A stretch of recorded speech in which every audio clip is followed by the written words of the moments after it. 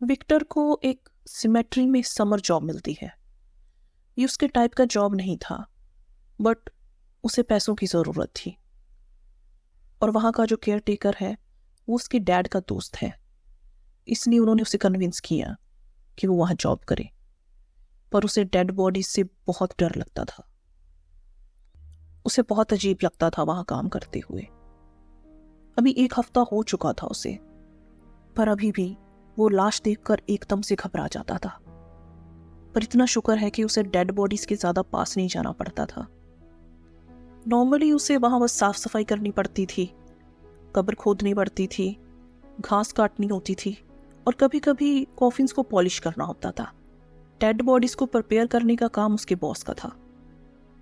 पर उस जगह पे जो उसे सबसे ज़्यादा भयानक लगता था वो थी वहाँ की वॉल्ट्स। ये एक छोटे से तहखाने जैसा होता था जिसके अंदर कॉफिन्स पड़े होते थे। कुछ फैमिलीज डिमांड करती थी कि उनके फैमिली मेंबर्स की कॉफिन्स वॉल्ट में ही रखी जाए। उसे उन वॉल्ट्स के अंदर जाने में बहुत डर लगता था। ये ख्याल कि वो चारों तरफ से कॉफिन से घिरा हुआ है उसका दिल दहला देता था। पर कुछ दिनों के बाद विक्टर यूज्ड टू हो जाता है वहां काम करने के। पर एक शाम एक बहुत भयानक हादसा होता है। विक्टर एक वॉल्ट के अंदर काम कर रहा होता है कि तभी अचानक हवा से उस वॉल्ट का दरवाजा बंद हो जाता है। वो बहुत ज्यादा डर जाता है।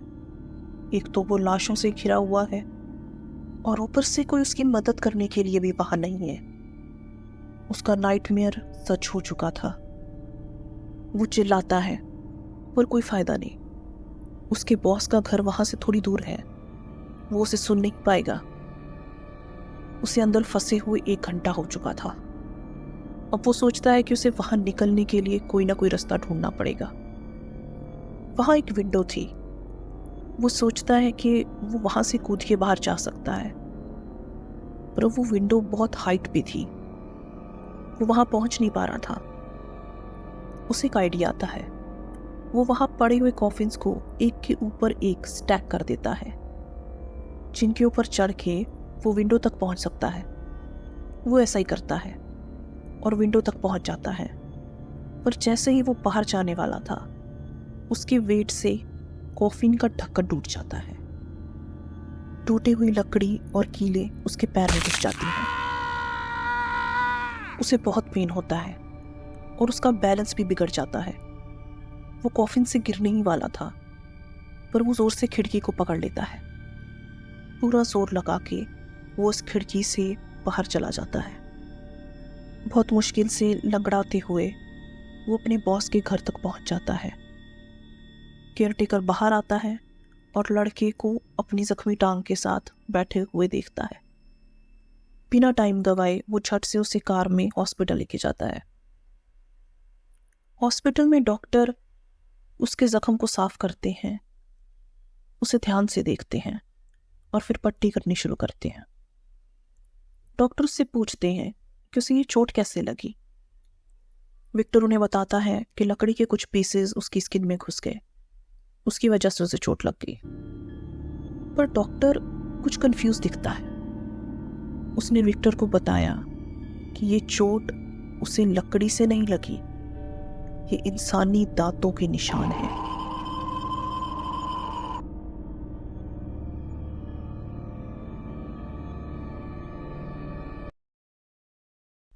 एक रात मैं अपनी कार में ड्राइव करते हुए एक सुनसान सड़क पर जा रहा था।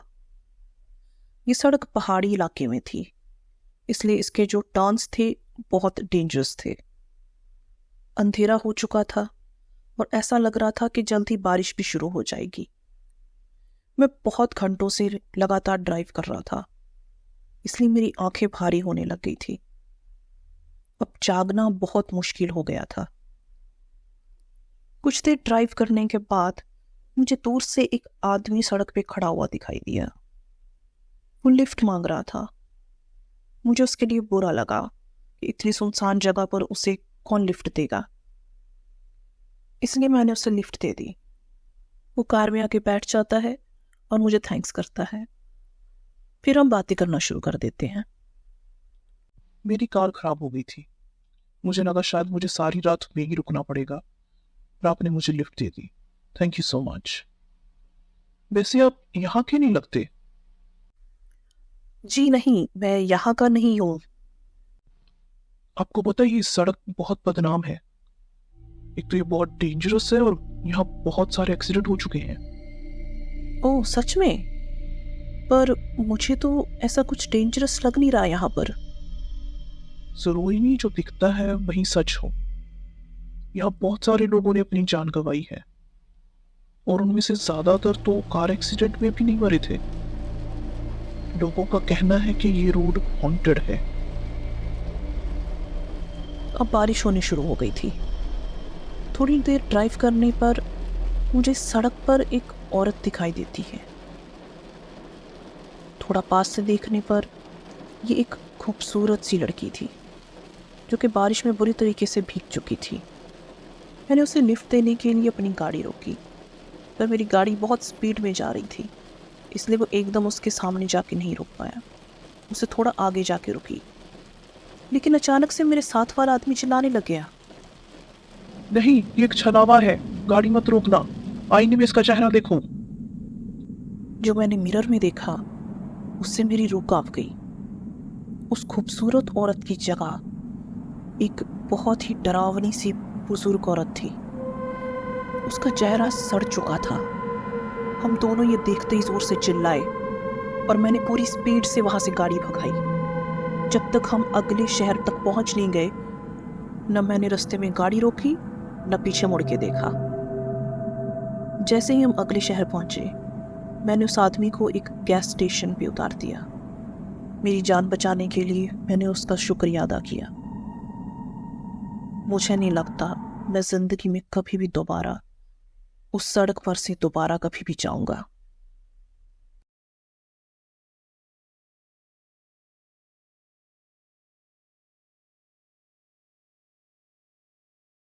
मेक्सिको के एक गांव में एक बुजुर्ग आदमी अकेला रहता है। उसका नाम है पेनफिलो। उसके घर के पास ही तो बुजुर्ग औरतें रहती हैं। उनकी पेनफिलो से अच्छी दोस्ती थी। वो उनके घर पे जाया करता था। वो लोग बहुत देर तक बातें करते और कार्ड्स खेलते। वो दोनों औरतें बहनें थीं। वो दोनों लंबी थी, पतली थी, और उनकी आंखों के नीचे बहुत ज़्यादा डार्क सर्कल्स थे। ऐसा लगता है जैसे वो कई दिनों से सोई ना हो। दोनों बहनें हमेशा साथ रहती थी। अगर एक कहीं जाती थी तो दूसरी भी हमेशा उसके साथ ही जाती थी। और वो दोनों दिखती भी काफी हद तक एक जैसी थी, पर उनकी आंखों का रंग अलग था। एक की आंखों का रंग हरा था और दूसरी का भूरा। पर गांव के लोग पेनफिलो को हमेशा वार्न करते थे। मुंह से हमेशा कहते थे कि वो उनसे दूर रहें। वो दोनों औरतें ब्रूजा हैं। स्पेनिश में ब्रूजा का मतलब है चुड़ैल। सब उसे सावधान रहने के लिए कहते थे। वो उसे डराते थे कि वो दोनों उस पर किसी तरीके का कोई काला जादू कर सकती हैं। लेकिन पेनफिलो ये सब सुन के हंसता था। उसे इन सब चीज़ों में यकीन नहीं था। लेकिन कुछ टाइम बाद पेनफिलो को धीरे धीरे शक होना शुरू हो गया। वो नोटिस करता है कि रात के बाद वो दोनों औरतें कभी घर से बाहर नहीं जाती। उसकी खिड़की से उनका घर साफ दिखाई देता था। उसने शाम के बाद कभी भी उन्हें घर से बाहर निकलते हुए नहीं देखा। अगर कभी रात को अपनी खिड़की से झांक के वो वहां देखता तो उसे उनके घर में सिर्फ अंधेरा दिखाई देता और अंधेरे में बैठी हुई दो बिल्लियां जिनकी आंखें चमक रही होती हैं। वो बिल्लियां उसे देख के गुर्राती और डराने की कोशिश करती। एक रात वो डिसाइड करता है कि वो वहां जाएगा और देखेगा कि आखिर वहां चल क्या रहा है। वो अपनी खिड़की से झांक के देखता है। उसे बिल्लियां नजर नहीं आती, इसलिए वो हिम्मत करके उनके घर जाता है और दरवाजे पे नॉक करता है। पर कोई दरवाज़ा नहीं खोलता, इसलिए वो धीरे से दरवाज़ा खोल के अंदर एंटर करता है। घर में कोई नहीं था। उसे सिर्फ अंधेरा और एक फायर प्लेस दिखाई देता है। वो इधर उधर देख रहा होता है। तभी उसकी नज़र एक चीज़ पे पड़ती है। आँख के बिल्कुल पास कुछ चमक रहा होता है। वो जब पास जाके देखता है, उसके होश उड़ जाते हैं। वहाँ 4 इंसानी आँखें पड़ी हुई थी। वहाँ पास ही में एक बड़ा सा लोहे का चम्मच पड़ा हुआ था। हिम्मत करके उस चम्मच को उठाता है और उन आँखों को उनमें समेट लेता है और उनको अपने चेहरे के पास लाकर ध्यान से देखने लगता है। उनमें से 2 आँखें हरी थीं और 2 आँखें भूरी। ऐसा लग रहा था कि वो आँखें उसे ही घूर रही हैं।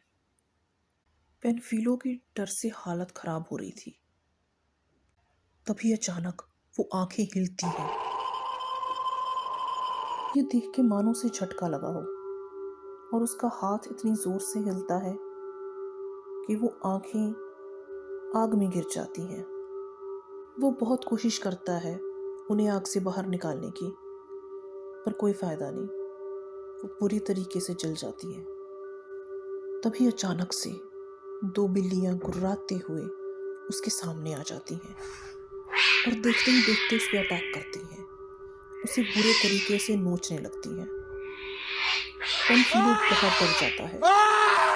वो उन्हें अपने ऊपर से हटाता है और वहां से भागता है और तब तक नहीं रुकता जब तक अपने घर के अंदर ना पहुंच गया हो। अगले दिन वो बहुत घबराया हुआ था। वो सोच के परेशान हो रहा था कि जब वो दोनों बहनों को पता चलेगा कि उसने क्या किया है, पता नहीं वो उसके साथ क्या करेंगी। वो सोचता है कि अगर वो उनके घर जाके उनसे मिले और हमेशा की तरह बिल्कुल नॉर्मली बिहेव करे तो शायद उन्हें उस पर शक नहीं होगा। यही सोच के वो उनके घर जाता है। जब वो उनके दरवाजे पे नॉक करता है तो उसे अंदर से बहनों की आवाज़ आती है। वो उसे अंदर आने को कहती हैं।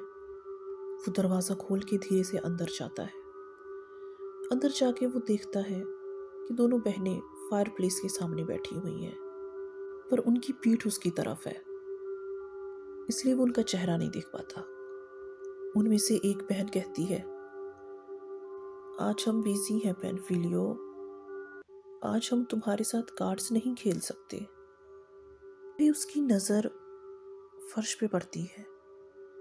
उसे वही बिल्लियां फर्श पे पड़ी हुई दिखती हैं, पर वो आज उसे देख के गुर्रा नहीं रही थी।